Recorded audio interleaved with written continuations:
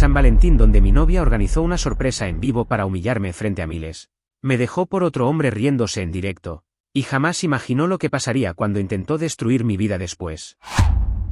Nunca me había gustado ser el centro de atención, pero esa noche estaba convencido de que valía la pena soportarlo. El lugar estaba lleno de luces rojas, globos en forma de corazón y una pantalla gigante que proyectaba en vivo todo lo que ocurría en el escenario. Ella me había dicho que quería hacer algo especial por nuestro aniversario de San Valentín, algo que, según sus palabras, jamás iba a olvidar. Y tenía razón. Lo que no sabía era que ese recuerdo se convertiría en la peor cicatriz de mi vida. Recuerdo perfectamente cómo me tomó de la mano antes de subir al escenario. Su palma estaba tibia, suave, y su sonrisa parecía sincera. Me susurró al oído que confiara en ella, que todo saldría perfecto. En ese momento no había ninguna razón para dudar. Llevábamos años juntos, habíamos pasado por momentos difíciles y siempre salimos adelante. Para mí, ella no era solo mi novia, era la persona con la que pensaba construir todo mi futuro. Cuando las luces se enfocaron sobre nosotros, el ruido del público se convirtió en un murmullo lejano. Yo apenas podía ver los rostros, solo las siluetas y los cientos de celulares levantados grabando. Pensé que se trataba de una propuesta romántica, tal vez algo simbólico, algo que después veríamos juntos riéndonos. Sentí incluso una emoción infantil, esa mezcla de nervios y felicidad que uno siente cuando cree que está a punto de vivir un momento perfecto. Entonces ella tomó el micrófono. Su voz salió clara, segura, sin un solo temblor. Empezó hablando de nuestra historia, de cómo nos conocimos, de lo mucho que la había apoyado cuando nadie más lo hizo. Cada palabra parecía un elogio público, una especie de homenaje que me hacía sentir orgulloso y vulnerable al mismo tiempo. Escucharla contar nuestra vida frente a tanta gente me hacía pensar que ese era el punto más alto de nuestra relación, pero hubo un momento en el que su tono cambió. Fue sutil al principio. Una pausa demasiado larga, una sonrisa que ya no se veía cálida sino extrañamente fría. El público no lo notó, pero yo sí. Porque cuando conoces a alguien durante años, aprendes a leer los detalles más pequeños. Y en ese instante sentí una punzada en el estómago, como si algo dentro de mí hubiera entendido antes que mi mente que algo estaba a punto de salir terriblemente mal. Luego dijo una frase que me congeló. Dijo que a veces el amor no es suficiente cuando uno deja de crecer, cuando uno se queda estancado, cuando uno se vuelve una carga. La gente comenzó a murmurar. Algunos incluso rieron nerviosamente creyendo que era parte de un discurso dramático.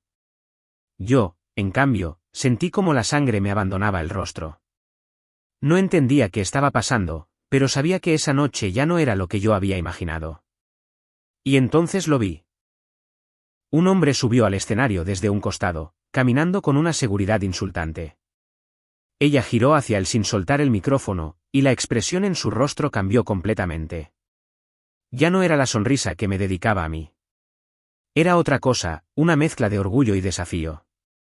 Como si estuviera a punto de mostrarle al mundo algo que llevaba tiempo preparando.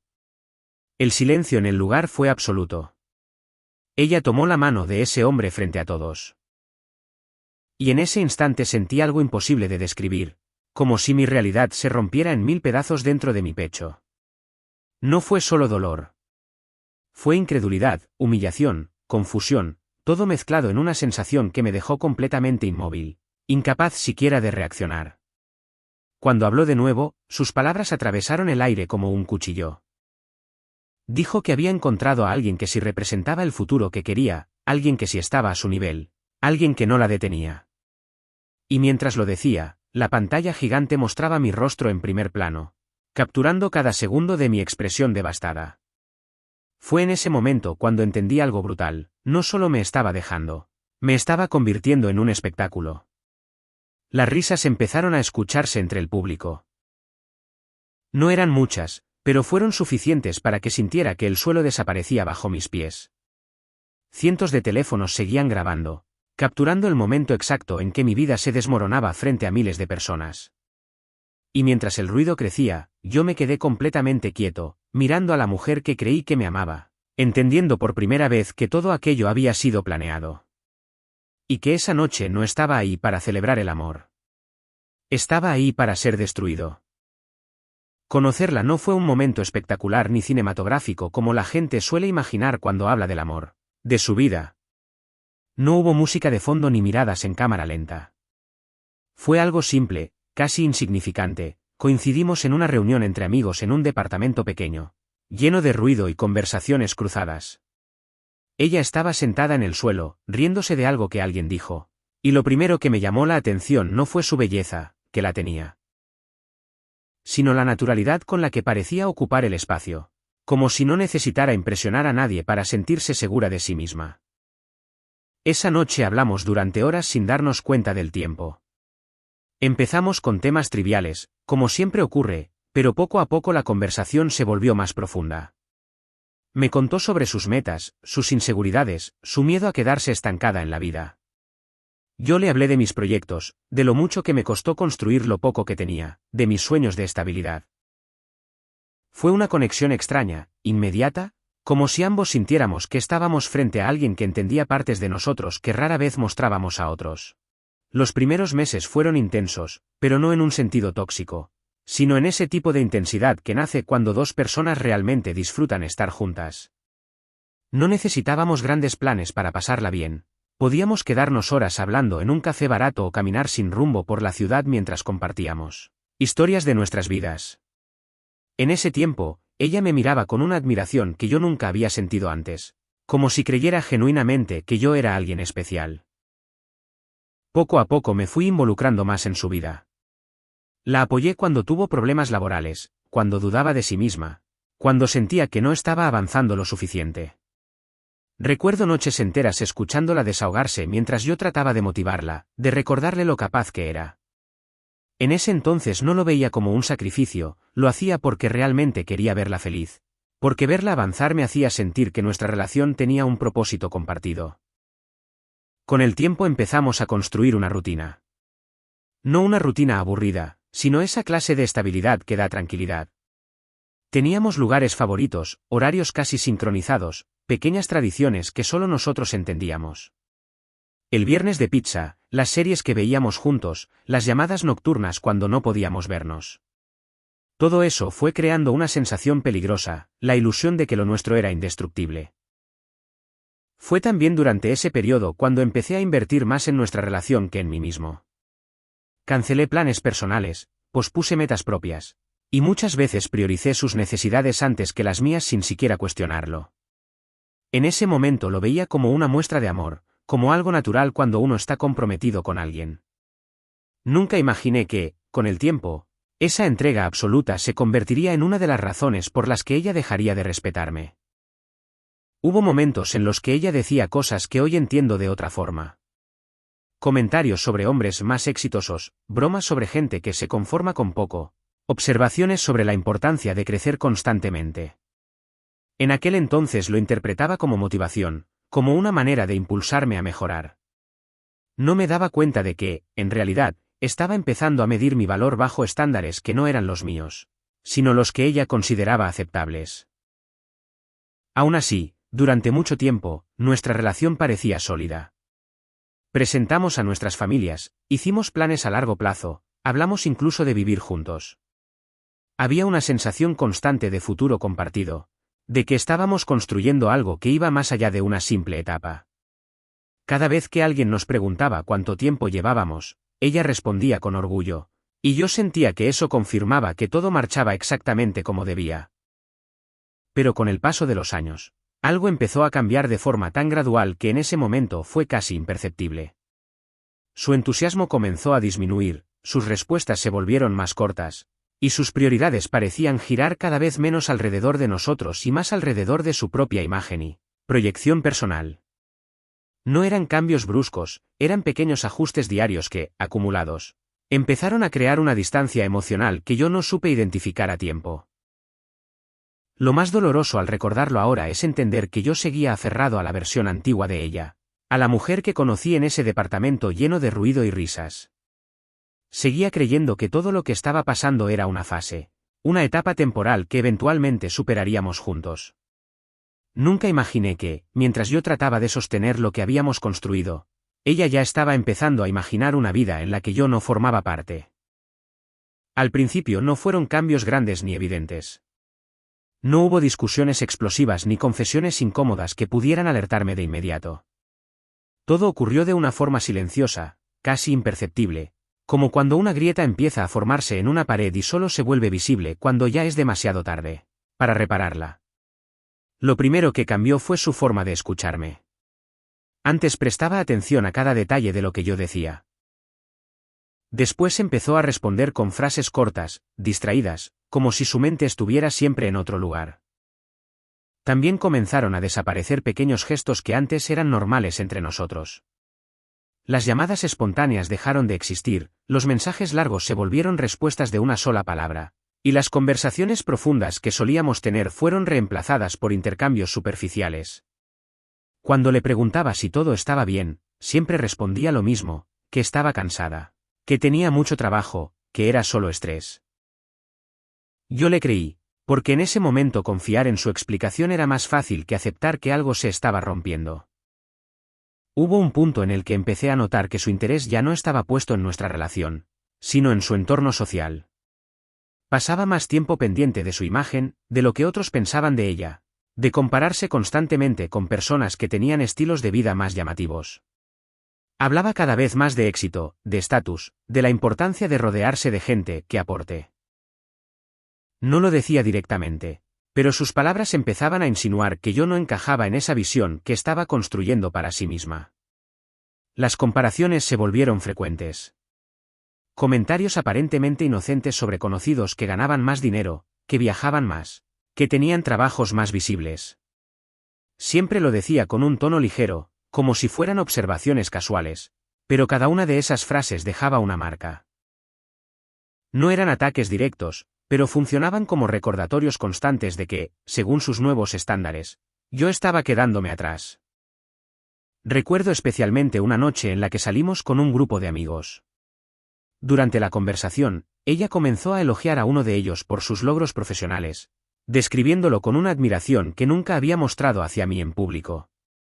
No fue lo que dijo exactamente lo que me incomodó, sino la manera en que lo dijo, con una intensidad que hacía evidente que su percepción del éxito estaba empezando a redefinir lo que consideraba valioso en una persona. Poco a poco, empecé a sentir que mis esfuerzos ya no eran reconocidos. Lo que antes veía como apoyo, ahora lo percibía como algo que daba por hecho. Las veces que hablaba de mis metas o avances, su reacción era neutral, casi indiferente. No había entusiasmo, no había curiosidad, solo respuestas automáticas. Era como si todo lo que yo hacía hubiera dejado de tener relevancia dentro de su mundo. Otro cambio evidente fue su necesidad creciente de privacidad.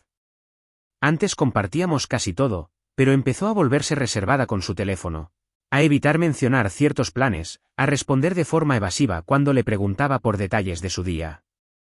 Cuando intentaba hablar de ello, lo interpretaba como desconfianza de mi parte.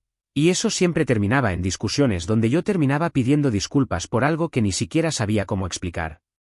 A pesar de todo, me negaba a aceptar lo que esas señales significaban. Me repetía que todas las relaciones pasan por etapas difíciles, que era normal que las prioridades cambien con el tiempo, que lo importante era mantenerse juntos y trabajar en los problemas.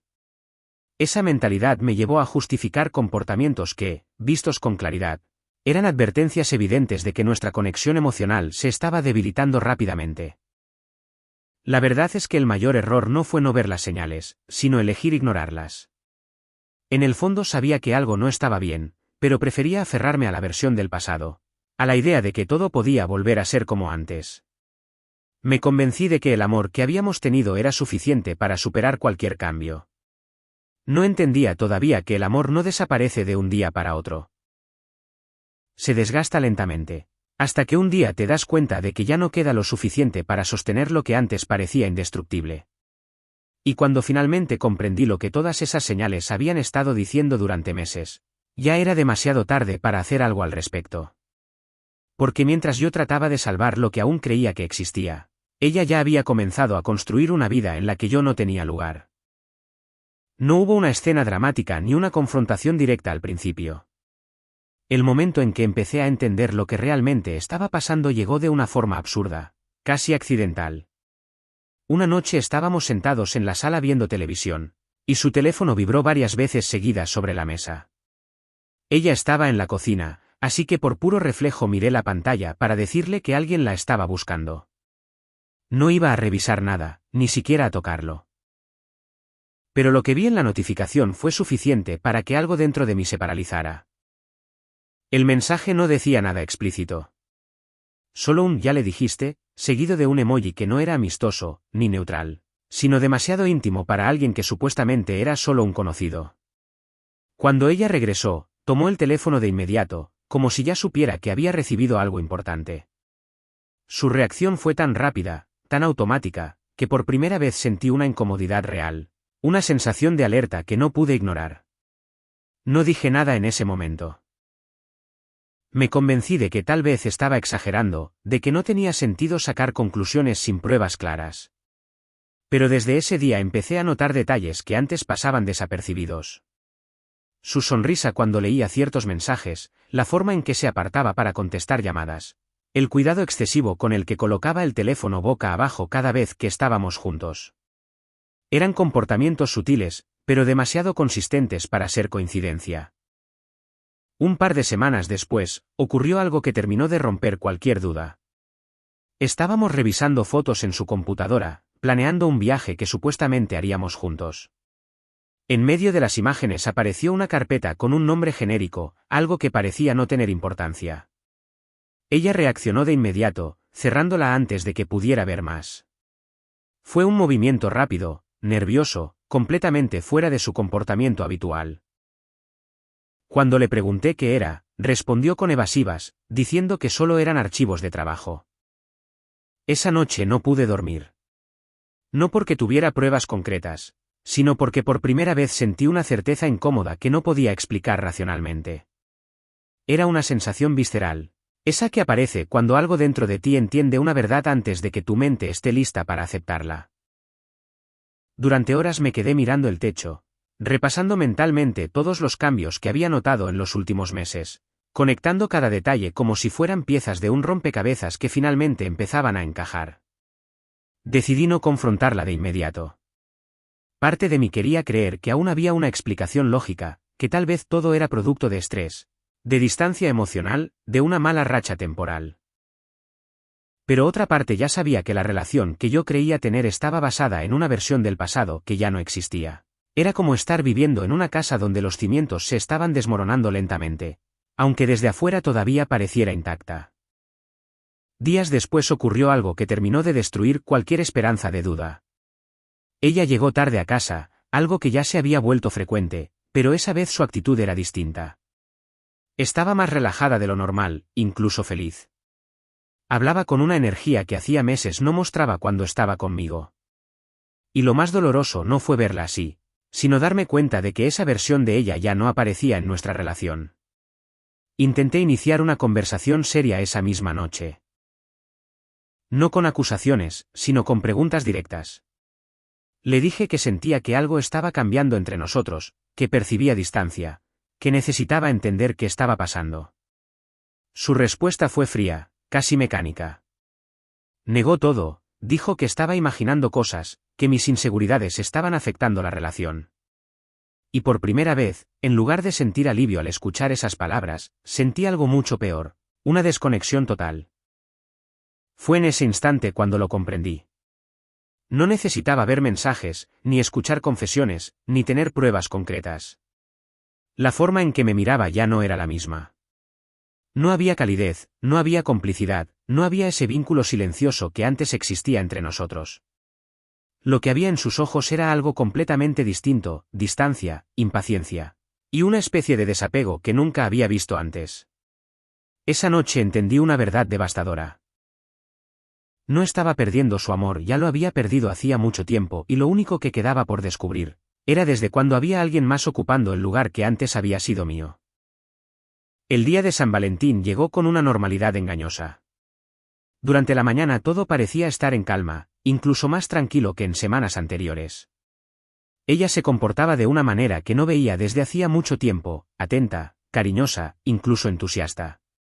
Me envió mensajes dulces. Me preguntó si estaba listo para la sorpresa que llevaba semanas preparando y repitió varias veces que esa noche Iba a ser inolvidable. En ese momento interpreté su actitud como una señal de que, tal vez, las cosas estaban mejorando entre nosotros. Cuando llegamos al lugar del evento, me sorprendió ver lo grande que era todo. No se trataba de una cena íntima ni de una reunión pequeña. Había un escenario iluminado, cámaras profesionales, pantallas gigantes y una cantidad considerable de personas ocupando las mesas. Todo estaba decorado con motivos románticos, pero el ambiente tenía algo más. Una energía parecida a la de un espectáculo, no a la de una celebración privada. Aún así, me convencí de que probablemente era parte de alguna dinámica especial del lugar. Antes de subir al escenario, ella me explicó que la sorpresa incluía una transmisión en vivo para redes sociales. Dijo que quería compartir nuestro amor con todos, mostrar una historia real en un día que, según ella, merecía celebrarse públicamente. En ese momento sentí incomodidad, pero no quise arruinar lo que creía que era un gesto romántico. Me repetí que si ella había organizado todo con tanto esfuerzo, lo mínimo que podía hacer era confiar en sus intenciones. Cuando las luces se enfocaron sobre nosotros, el ruido del público disminuyó hasta convertirse en un murmullo expectante. La pantalla gigante proyectaba cada detalle en tiempo real, nuestras expresiones, nuestros movimientos, incluso los gestos más pequeños. Sentí una presión en el pecho, una mezcla de nervios y exposición que no sabía cómo manejar. Pero ella estaba tranquila, segura, sonriendo con una confianza que me hizo pensar que todo estaba perfectamente calculado. Tomó el micrófono y comenzó a hablar con una claridad que imponía silencio. Empezó contando nuestra historia desde el principio, describiendo momentos que solo nosotros conocíamos. Habló de cómo nos apoyamos en etapas difíciles, de las promesas que nos hicimos, de los años que construimos juntos. Mientras la escuchaba, sentí una emoción profunda, casi abrumadora. Era como si estuviera reviviendo toda nuestra relación frente a cientos de personas, pero entonces su discurso cambió, su voz se volvió más firme, más distante, y sus palabras empezaron a adquirir un tono que ya no sonaba a homenaje, sino a evaluación. Dijo que el amor también implica crecimiento, que no basta con querer a alguien si esa persona deja de evolucionar. Empezó a hablar de metas, de aspiraciones, de la importancia de no conformarse. Al principio el público lo interpretó como un mensaje inspirador, incluso algunos aplaudieron. Yo, en cambio, sentí como el suelo comenzaba a desvanecerse bajo mis pies. Porque cada frase que decía parecía dirigida directamente hacia mí y entonces ocurrió, sin previo aviso. Llamó a alguien por su nombre. Desde uno de los laterales del escenario apareció un hombre que caminaba con una seguridad absoluta. No parecía sorprendido ni confundido, se movía como alguien que sabía exactamente qué iba a pasar. Cuando llegó junto a nosotros, ella lo miró con una expresión completamente distinta a la que me había dedicado segundos antes. En ese momento entendí que aquello no era una sorpresa romántica, era una exposición pública. Ella tomó la mano de ese hombre frente a todos, sin dudar, sin mirar hacia mí. Luego, mirando directamente a la cámara, dijo que había encontrado a alguien que representaba el futuro que quería, alguien que sí estaba alineado con sus metas, alguien que no la hacía sentirse estancada. Y mientras pronunciaba esas palabras, la pantalla gigante mostraba mi rostro en primer plano, capturando cada segundo de mi reacción. El silencio duró apenas unos segundos antes de romperse. Primero fueron murmullos, luego risas aisladas, y finalmente una mezcla de comentarios y grabaciones que llenaron el lugar. Cientos de teléfonos apuntaban hacia mí, registrando el momento exacto en que mi vida se desmoronaba frente a todos. Yo no podía moverme. No podía hablar. No podía siquiera procesar completamente lo que estaba ocurriendo. En ese instante comprendí algo devastador. Aquella noche no estaba ahí para celebrar el amor. Estaba ahí para convertirme en el espectáculo más humillante de su historia. Y mientras las cámaras seguían grabando, entendí que ese momento no solo me estaba rompiendo a mí, también estaba a punto de perseguirme durante el resto de mi vida. No recuerdo con claridad cómo bajé del escenario esa noche. Mi mente estaba en blanco, como si alguien hubiera apagado todos los pensamientos y solo hubiera dejado una sensación física de presión en el pecho. Caminé entre las mesas sin escuchar nada con precisión, solo percibiendo fragmentos de risas, murmullos y el sonido constante de notificaciones provenientes de los teléfonos de la gente que seguía grabando. Cada paso se sentía pesado, irreal, como si estuviera atravesando una escena que no pertenecía a mi propia vida. Cuando finalmente salí del lugar y el aire frío de la noche me golpeó el rostro, pensé que lo peor había terminado. Creí que bastaba con alejarme físicamente de ese escenario para empezar a recuperar algo de control. Pero no entendía todavía que el verdadero impacto no estaba en lo que acababa de ocurrir frente a mí, sino en lo que estaba sucediendo al mismo tiempo en miles de pantallas donde ese momento ya se estaba reproduciendo una y otra vez. Las primeras notificaciones llegaron antes de que pudiera siquiera sentarme en el auto. Mensajes de conocidos preguntando si lo que acababan de ver era real, enlaces a transmisiones guardadas, capturas de pantalla de mi expresión en el instante exacto en que ella tomó la mano del otro hombre. Mi nombre empezó a circular acompañado de comentarios que iban desde la burla hasta la lástima. En cuestión de horas, mi humillación dejó de ser un evento privado y se convirtió en contenido. Los días siguientes fueron peores de lo que jamás habría imaginado. El vídeo se propagó con una velocidad absurda, apareciendo en páginas de entretenimiento, foros y cuentas dedicadas a compartir momentos incómodos. La gente analizaba cada gesto mío como si fuera una escena de ficción. Discutían si mi reacción había sido débil, si debería haber respondido, si merecía lo que había pasado. Nadie hablaba de mí como persona, hablaban de mí como si fuera un personaje. Salir de casa se volvió difícil. No porque alguien me confrontara directamente, sino por la constante sensación de estar siendo observado.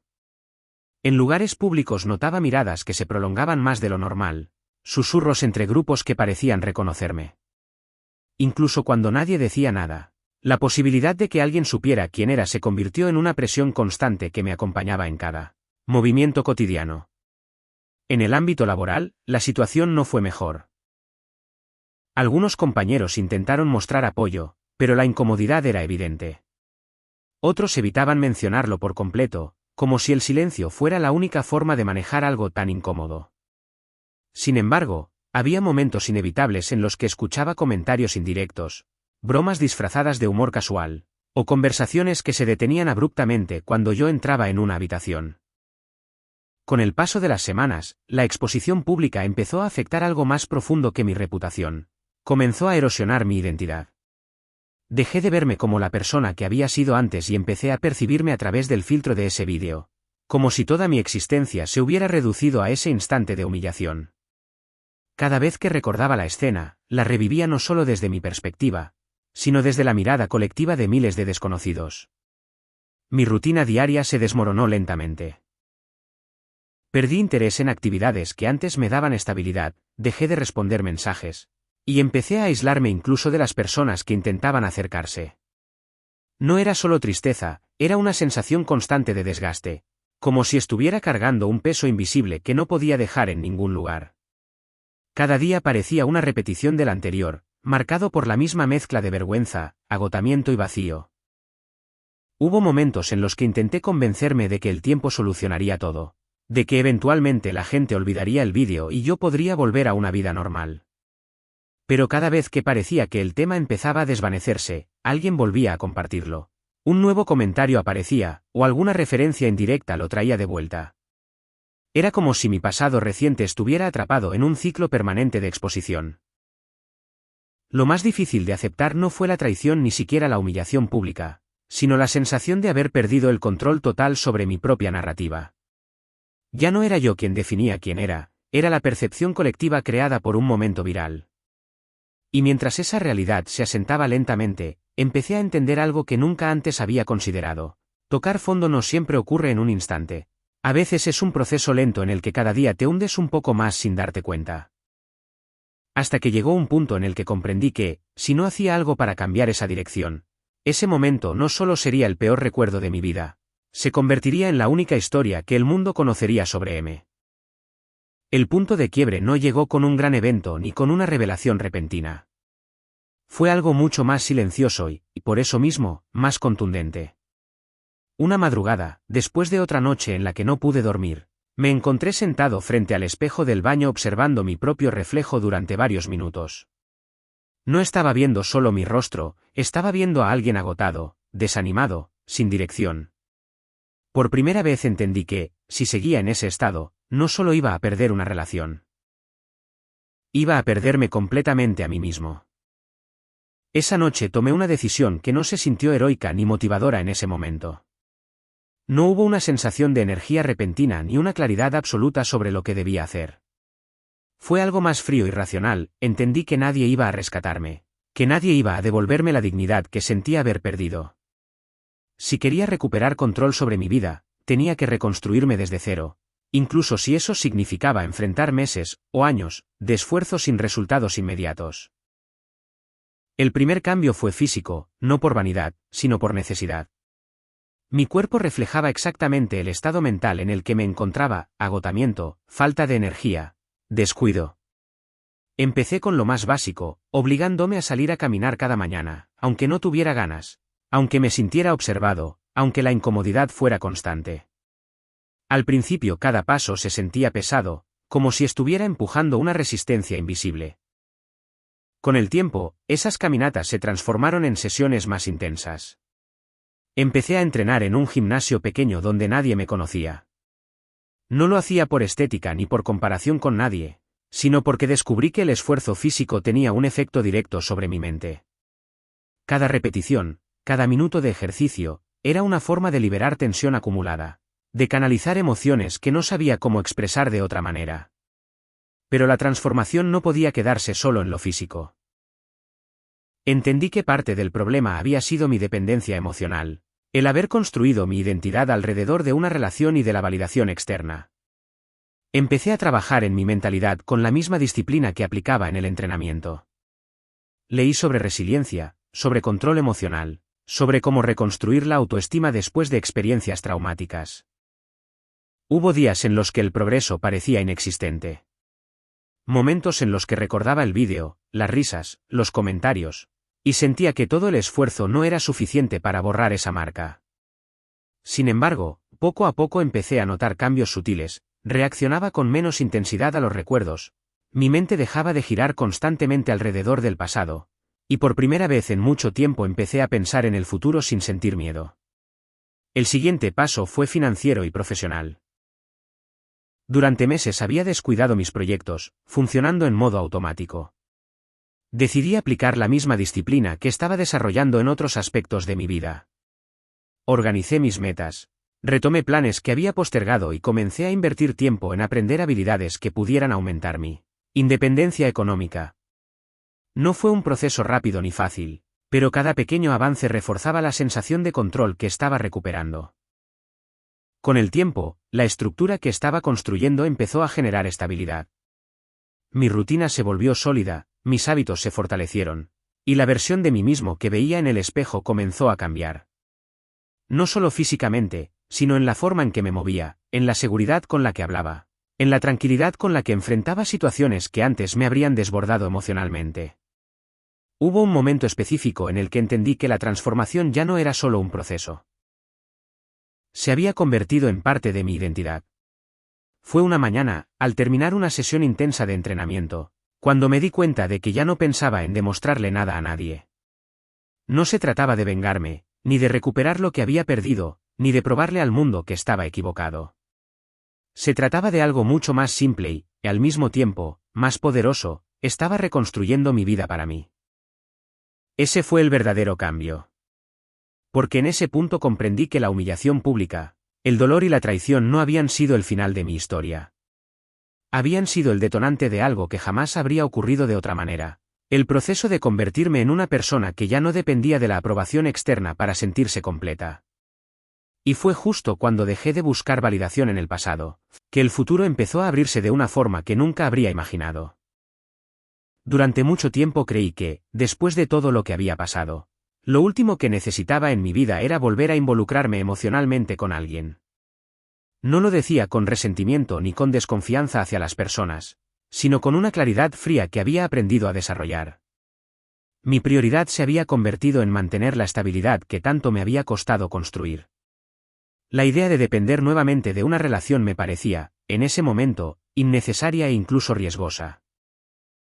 Fue precisamente en esa etapa, cuando mi vida estaba más ordenada y mi mente más tranquila, que la conocí. No hubo una búsqueda consciente ni una intención de iniciar algo nuevo. Coincidimos en un contexto completamente neutral, sin expectativas románticas, sin tensión emocional. Nuestra primera interacción fue simple, casi casual, basada en una conversación práctica que poco a poco se fue extendiendo hacia temas más personales. Lo que más me llamó la atención desde el principio fue la ausencia total de presión. No había juegos de poder, ni intentos de impresionar, ni esa necesidad constante de validación que había caracterizado mi relación anterior. Hablar con ella se sentía natural, estable, como si la comunicación fluyera sin esfuerzo. Por primera vez en mucho tiempo, no sentía que tuviera que demostrar algo para ser aceptado. Con el paso de las semanas, las conversaciones se volvieron más frecuentes. Empezamos a descubrir coincidencias inesperadas, intereses similares, formas parecidas de ver la vida, incluso experiencias difíciles que ambos habíamos atravesado en el pasado. Esa conexión no se basaba en la intensidad emocional ni en la dependencia, sino en un entendimiento mutuo que se construía de forma gradual y sólida. Una de las diferencias más claras con mi relación anterior era la forma en que ella percibía el éxito y el crecimiento. No medía el valor de una persona por su posición social, su nivel económico o su apariencia externa. Sus criterios eran completamente distintos, hablaba de estabilidad, de disciplina, de coherencia entre lo que alguien dice y lo que hace. Esa perspectiva coincidía exactamente con el proceso que yo había estado desarrollando en mi propia vida. Hubo un momento en el que me di cuenta de que mi actitud hacia ella era distinta a la que había tenido en el pasado, con otras relaciones. No sentía ansiedad, ni miedo a perderla, ni la necesidad de estar constantemente presente. La interacción era equilibrada, basada en el respeto mutuo y en la independencia individual. Por primera vez entendí que una conexión sana no implica perder autonomía, sino compartirla sin sacrificarla. Con el tiempo, esa cercanía evolucionó naturalmente hacia algo más profundo. No hubo declaraciones dramáticas ni momentos intensos que marcaran un inicio oficial. Simplemente llegó un punto en el que ambos entendimos que la relación ya no era solo amistad. La transición fue tan gradual que, cuando nos dimos cuenta, ya existía una confianza sólida que hacía innecesarias las definiciones apresuradas. Lo que más valoraba de ella no era solo su forma de ser, sino la estabilidad emocional que transmitía. No reaccionaba impulsivamente, no buscaba conflictos innecesarios, y su manera de enfrentar los problemas estaba basada en la lógica y la comunicación clara. Esa tranquilidad se convirtió en un contraste evidente con el caos emocional que había marcado mi pasado reciente. Hubo un momento específico en el que comprendí la magnitud del cambio en mi vida. Estábamos conversando de manera casual, y ella mencionó que admiraba la forma en que había reconstruido mi estabilidad después de experiencias difíciles. No lo dijo con admiración exagerada ni con idealización, sino con una sinceridad tranquila. Esa simple observación me hizo notar que, por primera vez, alguien veía mi valor sin necesidad de exposición pública ni reconocimiento externo. Fue en ese instante cuando entendí algo fundamental. No necesitaba a nadie para sentirme completo, pero compartir mi vida con alguien que respetara esa autonomía no la debilitaba, la fortalecía. Esa relación no surgía desde la carencia ni desde la dependencia, sino desde la estabilidad que ambos habíamos construido por separado. Justo cuando esa nueva etapa parecía consolidarse con normalidad, sin conflictos ni interferencias, ocurrió algo que no había anticipado. Alguien de mi pasado, que yo creía completamente fuera de mi vida, decidió volver, de una manera que dejaría claro que su historia conmigo todavía no había terminado.